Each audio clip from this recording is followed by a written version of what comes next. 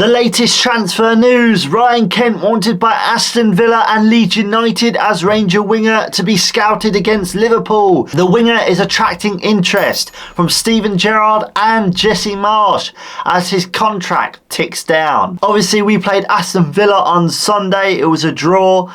And I'm quite disappointed in the referees on that front. I think they need investigating the fact that we've got fouled so much and there wasn't a yellow in sight. Let me know what you think about this down in the comments down below. Jack Harrison is to renew his contract with Leeds United. Speculation obviously in the summer transfer window was he was going to leave for Newcastle. And I'm very glad that we are starting to make moves on his contract because we need to get him penned down for another 4 or 5 years in the club. Obviously, he loves Leeds United. It's clear as day. However, we need to make sure that he stays on top form. Obviously, on Sunday, I don't think he was in his best form, but he did play quite well. And the team, you can start to see that they are gelling together, which is very, very good news. Leeds United secured 1 point against Aston Villa as it was just a draw of 0-0. But of course, Luis Sinisterra got a red card for no reason. I think it's absolutely atrocious that he did got that because they already played the ball and he was outside his marker. So it doesn't matter if he got the ball or not. Jesse Marsch says that this is the best league in the world and fans don't come here to watch a match at a snail's pace, said Marsch. Obviously, Villa was slowing the game down a lot. Always time wasting. I just don't get it. However, apparently there was a few time wasting on app when they went down to 10 men. And according to this, Gerrard said it works both ways. Well, I don't think that they played fairly. The dirtiest team I've seen in a while. Our rivalry between Leeds United and Aston Villa is growing and you can see that on the pitch. £350 million Leeds United master plan revealed. Andrea Radrizzani is confident that Leeds United will be worth £350 million if they score a 4th consecutive season of the Premier League. Football Insider understands that they would make them even more attractive to prospect to a San Francisco 49ers, whose investment arm owns 44% of the stake in the club. Leeds' value has transformed during Radrizzani's reign and it has been continued to climb on the bank of 3 top-flight campaigns following 16 years in the EFL wilderness. Speculation of United's takeover is never far away. Even though there has been no move by 49ers Enterprise over the summer, it's increased minority shareholding. Leeds was valued just at £45 million when Radrizzani bought the club in 2017 from unpopular previous owner Massimo Ciccolino. Now, this guy, a lot of Leeds fans, including myself, do not like this guy. He completely run the club down into the ground. You know, he treated staff like rubbish.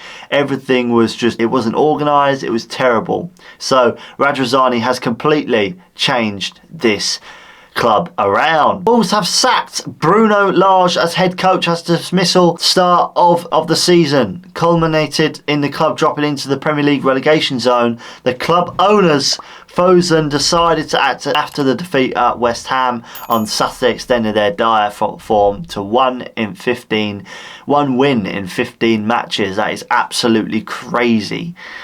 What a bad win. Obviously, Manchester City beat Man United 6-3. Erik ten Hag says he did not play Cristiano Ronaldo in the derby out of respect. Now, there's a lot of speculation Ronaldo will leave this year due to the lack of respect. According to this, though, it says out of respect. That doesn't really make any sense to me. How is that respect? I believe Ronaldo could have made a good impact into that game. Man City, top form once again. This is another team which is the best team in the world, of course. You can see that. And especially in the Premier League, Manchester City, they brought up 3 players, Foden, De Bruyne and obviously Grealish. And that's when Man United started conceding goals. They brought the youngsters on Manchester City and then they conceded 3 goals, or 2 goals I should say, which is not a good tactic in my opinion. Obviously everyone makes mistakes. However, they still got the win, they still got the dub. Arsenal versus Tottenham, the North London derby. Obviously Arsenal thrashed them 3-1 with 1 penalty going to Tottenham and Kane obviously scored it. However, At times there has been some controversy on the Tottenham bench. Obviously, again, the referee's at play here. The corruption is at play. Arsenal did play very, very well indeed. Granit Xhaka insists Arsenal's Gabriel Martinelli has everything to be one of the best. The Brazilian international is a fan favourite at the Emirates, is clearly highly thought of in the Gunners dressing room as well. Granit Xhaka's comments are anything to go by. Martinelli has exceeded expectations of him at the Emirates, is now one of the first names on Mikel Arteta's team sheet, despite the fact his development was forcibly stalled due to a serious knee injury. Now, we all don't like setbacks, but at the end of the day, it is night and we definitely need to keep pushing on. Real Madrid. Florentino Perez reaffirms commitment to European Super League. Now, there was a lot of controversy over this over a year ago now, where Real Madrid, top 5 clubs, Arsenal, Manchester United, Man City, Liverpool, Barcelona, PSG, all the big clubs in the world wanted the European Super League. Now, this is just a money-making game where there was a lot of backlash. Football was obviously made from the working class, and obviously we're all working class, so I think that we need to keep it there and enjoy the game of football. Obviously, the prices and the salaries of footballers are ridiculous. However, wanting to do a European Super League is absolutely disgraceful. He's just greedy. I don't know why. He's old. I don't know why he wants so much money, or he earns a lot of money already.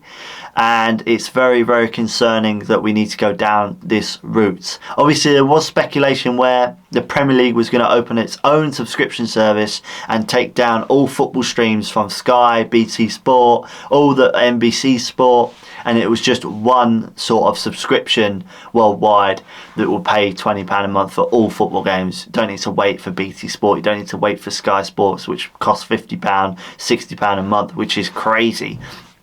Which is actually quite a good deal. I kind of back that. If you can get every football game and it costs you £20 a month, sign me up. I would do that any day of the week. Leeds United transfer news. Ex-Leeds star joins EFL side. £51 million Man City star considered Liverpool move. Obviously, RB Leipzig forward Christopher Nkunku secretly completed a medical with Chelsea in the summer with the eye of £52 million in the next summer transfer window. Erling Haaland has made it considered a move to rivals Liverpool in the summer, but Man City fared better on a scoring system, involved club history and stadium capacity. Juventus are still interested in signing Manchester United fullback Diogo Dalot on a free transfer when his contract at Old Trafford expires next year. Obviously, James Maddison has already said that he wants to secure a move to the Champions League, Tottenham next year. Chelsea centre-back Levi Colwill, who is currently on loan at Premier League rivals Brighton, is monitored by clubs in Italy, including AC Milan, Napoli and Atalanta. Arsenal forward Gabriel Jesus says he feels free playing under Mikel Arteta, and he's decided to leave Manchester City this summer because he needed the change after 5 years at the Etihad under Pep Guardiola. Celtic midfielder Matt O'Reilly is understood to have been watched by scouts from Newcastle while on duty with the Denmark under-21 national side, along with staggering 48 other clubs including Bayern Munich, Arsenal and Manchester City. Now, 48 clubs, what a choice.